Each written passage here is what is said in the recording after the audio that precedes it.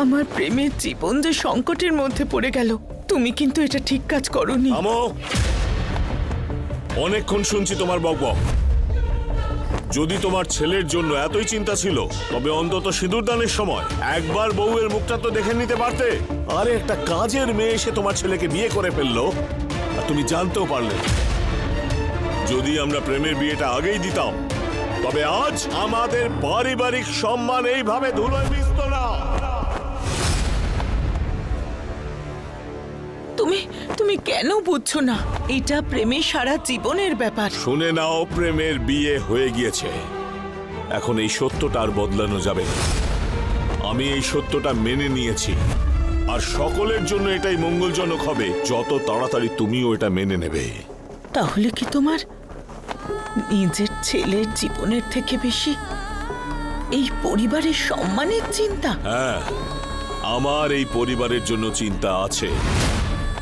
তোমরা মেয়েরা তো বাড়িতে বসে বিয়ে বিয়ে খেলা করতে থাকো, কিন্তু আমাদের সমাজে ওঠা বসা করতে হয়।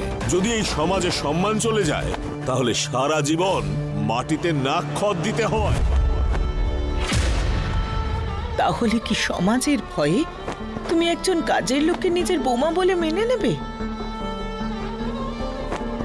আমি ওই চোর মিথ্যাবাদী মেয়েকে কখনোই এই বাড়ির বউ বলে স্বীকৃতি দেব না, কিন্তু ওকে এই বাড়ি থেকে বার করেও দেব না। আর এই কথাটা তুমি নিজের মাথার মধ্যে ভালোভাবে ঢুকিয়ে নাও।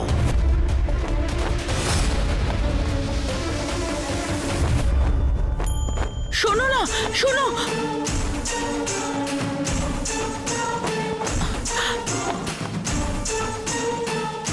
হে মহাকাল,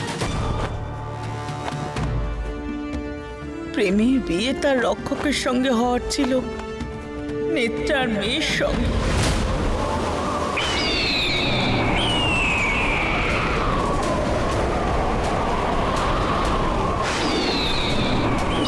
এই ঝড়টা তো সোজা বাড়ির দিকেই আসছে। প্রেম আর ওর পরিবার সবাই ভিতরে রয়েছে। এই কি অঘটন ঘটে গেল! প্রতীক্ষা একজন সাধারণ মেয়ে, ওকে রক্ষা করতে পারবে? আমার প্রেমকে, আমাদের পরিবারকে। হে মহাকাল, এই পরিবারের রক্ষা করুন। কিচ্ছু বুঝতে পারছি না। রক্ষা করো মহাকাল। জয় শ্রী মহাকাল।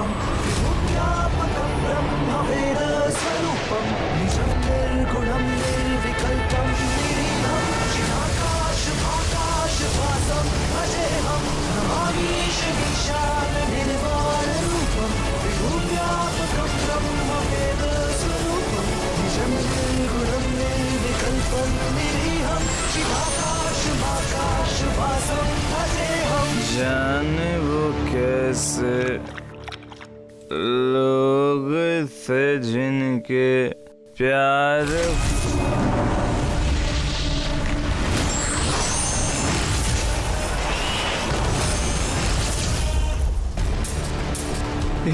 এসব কি দেখছি আমি? আমার বেশি নেশা হয়ে যায়নি তো? না না, আমার নেশা হয়নি। ও তো প্রতিজ্ঞাই। প্রেমদা, প্রেমদা।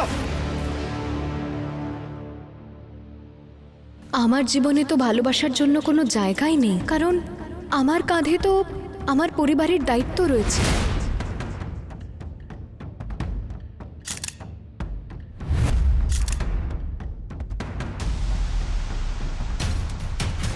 প্রেমদা প্রেমদা চল চল চলো চলো আমার সঙ্গে। আবার কি হলো বিট্টু? ওই ওই প্রতিজ্ঞা, ওই প্রতিজ্ঞা হাওয়ায় উঠছে দাদা। কি সব বোকা বোকা কথা বলছিস বিট্টু? আরে আজে বাজে কথা বলছি না দাদা, তুই তুই চল আমার সঙ্গে। আমাকে জানতে হবে এমন কোন শক্তি রয়েছে যা শিকারাকে হাওয়ায় উঠতে বাধা দিচ্ছে। তার আরো কাছে গিয়ে আমায় দেখতে হবে।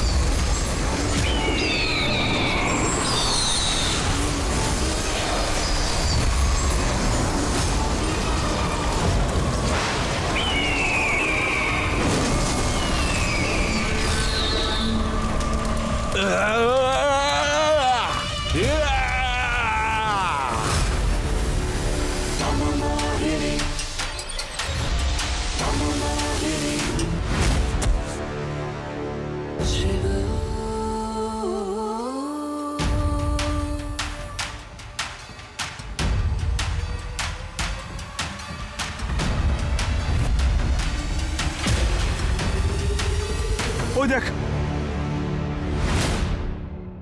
কোথায় প্রতিজ্ঞা? আমি তো দেখতেই পাচ্ছি না। দাদা এখানেই ছিল প্রতিজ্ঞা। আর আর আশেপাশে অনেক বড় ঘূর্ণিঝড় ছিল। বিট্টু, তুই না বেশি খেয়ে ফেলেছিস, চল ভিতরে চল। আরে না না দাদা, আমি সত্যি বলছি, আমি নিজের চোখে দেখেছি। প্রতিজ্ঞা নিজের হাতে ওই ঘূর্ণিঝড়টাকে আটকানোর চেষ্টা করছিল। এখানে না কোনো ঝড় আছে না প্রতিজ্ঞা আছে, চল ভিতরে চল।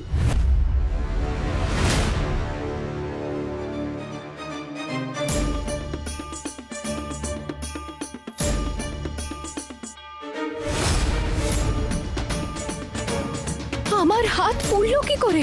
এটা এটা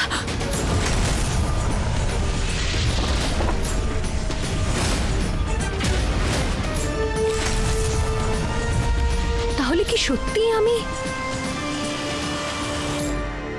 না না, এটা সত্যি কি করে হতে পারে? কিন্তু তাহলে বিট্টু যেটা দেখেছে সেটা কি? হে মহাকাল, এ কেমন রহস্য? কিচ্ছু বুঝতে পারছি না।